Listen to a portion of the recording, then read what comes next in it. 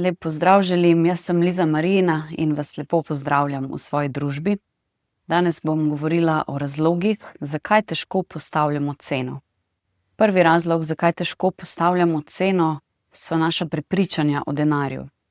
Mene osebno so naučili, da je denar nekaj slabega, da tisti, ki ga imajo, so ga ziher nakradli, da denar pokvari človeka, da je treba zanj težko garati in zato ni z izljubljenimi ljudmi. Zdaj, vsak lahko zase preveri, kako so se odrasli okrog njega, ko je še bil otrok, na kakšen način so se pogovarjali o denarju ali pa preprosto kakšen odnos so imeli do denarja. Ker to je tisto, kar smo vpili, in če tega ne preizprašamo, delujemo skozi ta očala še naprej. Drugi razlog, zakaj težko postavljamo ceno, so naša prepričanja o prodaji. Kot da je prodaja tudi nekaj slabega. Jaz v bistvu sem rojena konec 80. let, torej odraščala sem v 90. in od takrat smo mi že v kapitalističnem sistemu, ampak kot da se še vleče to, vsaj mene so tako naučili, da je kapitalizem v bistvu vse uničil in da je prodaja nekaj slabega. Pri nas doma smo cenili umetnost pa duhovnost, vse, kar je bilo materialno, pa je veljalo za nekaj slabega, čeprav nam je v bistvu tega primanjkovalo in se je to tudi objokovalo, če tako rečem, ta manko materialnega. Tako da hkrati pozicija pomanjkanja in ta, kako ne rečem, čežnja za več materialnega in hkrati ne, to pa meni ni okej. Tretji razlog, zakaj težko postavljamo ceno, je ta, da se veliko ukvarjamo s tem, kaj bodo rekli drugi. In seveda, glede na prejšnji 2 točki, bodo drugi rekli marsikaj, to je pa drago, ona pa toliko računa, ona je pa materialistka. In tudi lahko se vprašamo, a sem sploh pripravljena biti videna kot nekdo, ki dobro zasluži. Ali pač lažje biti v tej rahli poziciji žrtve, ki vedno pravi, se veš, kak je, ne, pa vse je drago, pa so stroški visoki, ne. A sem sploh pripravljena biti videna kot nekdo, ki pa dobro zasluži pred celim svetom, pred svojimi starši, sama pred sabo, konec koncev. Na tiste ljudi, ki imajo denar, projiciramo marsikaj, a ne. Opazujte se, ne, kako pogledate nekoga z res ful dobrim avtom ali pa pač nekoga, ki je bogat, a ne. Na kak način hitro obsodimo ljudi, a ne.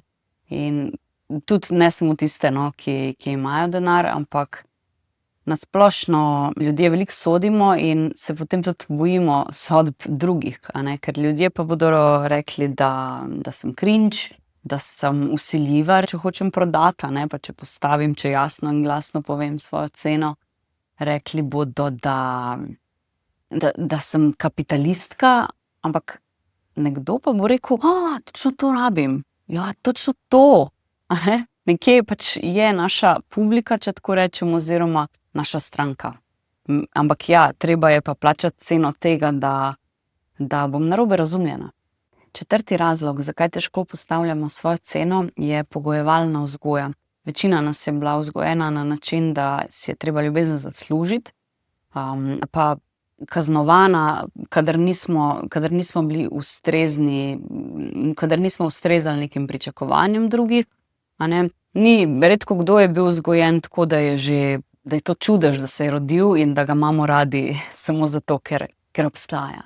Ta težnja po dokazovanju je na splošno kar velika in se kaže tudi pri postavljanju cene, seveda, ker seveda smo vsi ljudje in nismo popolni. Če jaz postavim neko ceno, ki bi se mi zdela visoka, ne, ali pa vsaj dovolj, potem ne smem narediti nobene napake, potem moram biti perfekt, ali kaj. In to vem, da nisem, in se tudi potem tu kaže ta gon po še več, po še boljše, po še dokazati se svetu, ne.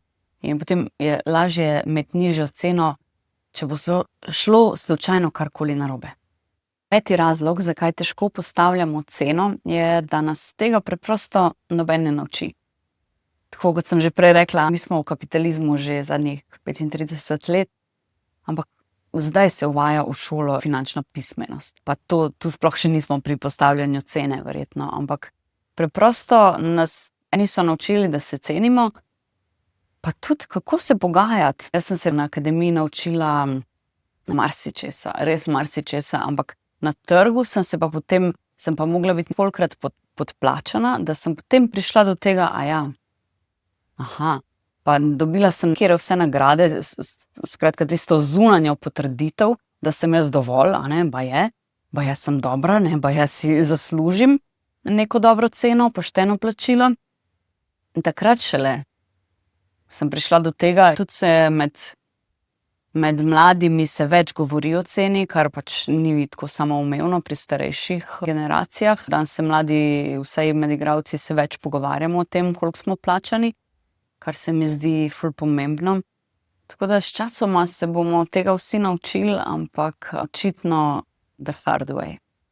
Ravno zato, ker sem na tem veliko delala in ker bi to rada predala naprej, pripravljam delavnico Avtentično postavljanje cene. Tako da več lahko bom pustila link spodaj v opisu, tudi link do kviza. To je brezplačni kviz ravno o tem, na kakšen način postavljamo ceno. Tako da vabljeni, da ga rešite, ostanite v svoji družbi in se vidimo kmalu.